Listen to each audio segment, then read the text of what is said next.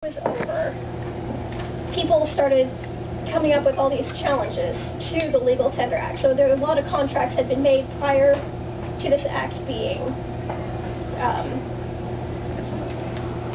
implemented. Thank you.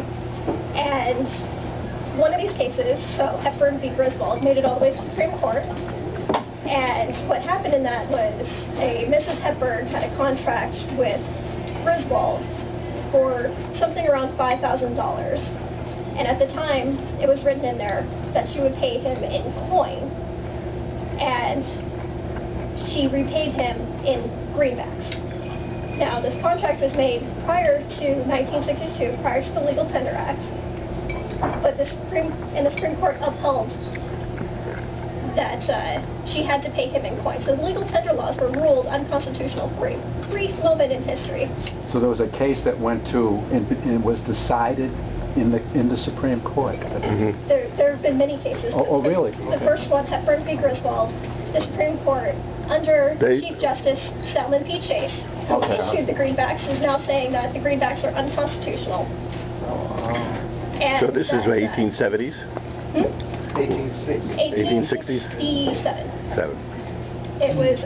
This ruling was overturned in 1868. So I'm sure a lot of you have heard about Franklin Roosevelt trying to pack the court with an extra 3 justices in order to get his New Deal legislation passed. And he didn't quite pull that off, but he still got his New Deal legislation through. Yep. Well, Ulysses S. Grant actually managed to pack the court. So the same day that Hepburn decision went down, Ulysses Grant appointed 2 new members to the Supreme Court. Those 2 members had deep ties to the Railroad Commission and to the banks in New York. And it's no surprise when it was challenged, the legal tender laws were challenged again in, Knox v. Lee in 1868, that everyone voted along the same lines as they had voted before. And the previous ruling was overturned and legal tender was back as law of the land.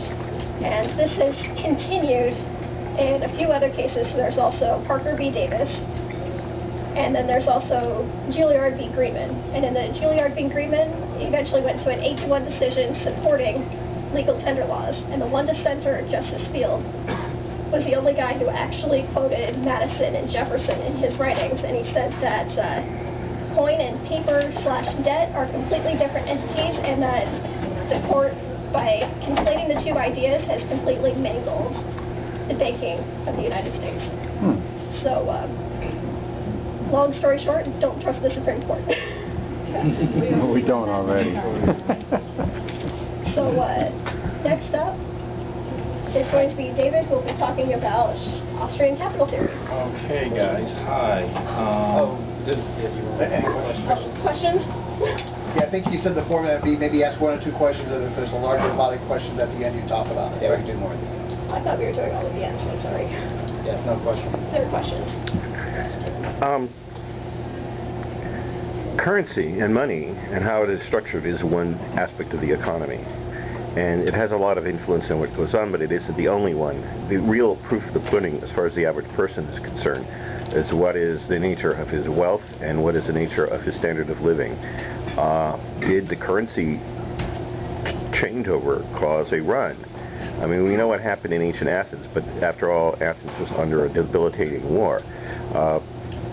We know what happened in Weimar Germany, but then again, Weimar Germany was practically an occupied country at the time. And had crippling war reparations. A crippling war. So what are the consequences, the concrete consequences of these changes? Do we know what happened to the economy after these 2 Supreme Court decisions, for instance? I mean, in the Civil War era, you've got everything that's going on with the Civil War. That interferes with. But after the war, it was generally a period of economic expansion. Created a miniature bubble, I could say. Okay.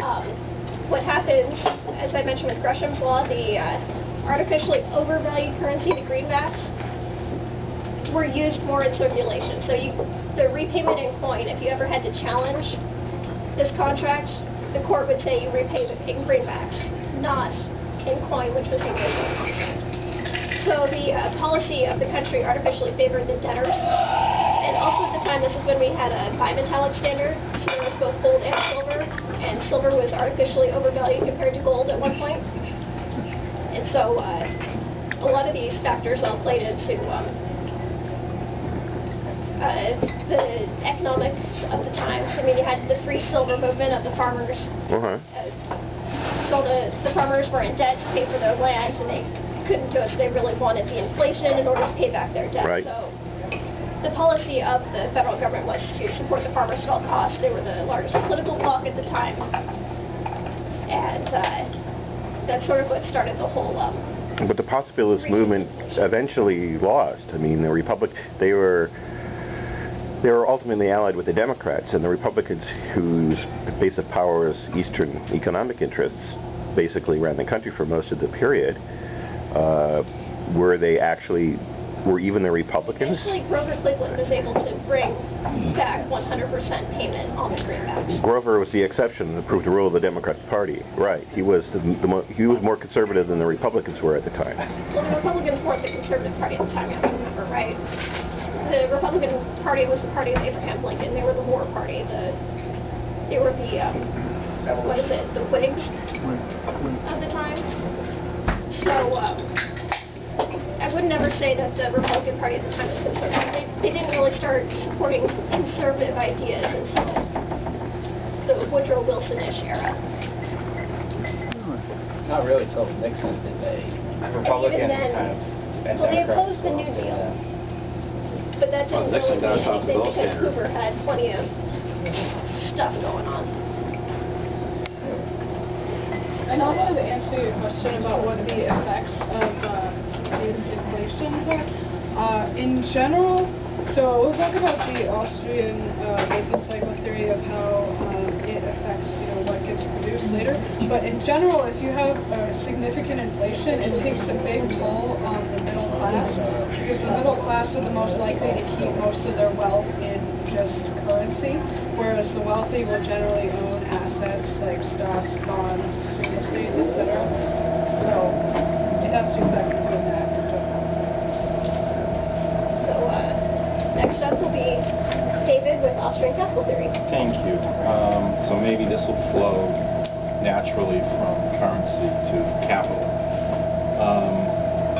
Capital has a bad reputation, right? Excuse me. We can hear you. Pardon me. You need to speak up now that we have some Softly. machine noise. It's got to be louder. For the benefit of those people in back.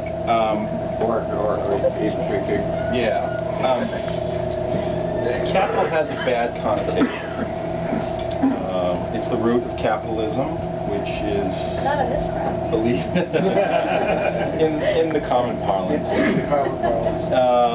Capitalism has a bad reputation because of its connection to self-interest. Marxists believe that the pursuit of return on capital oppressed workers.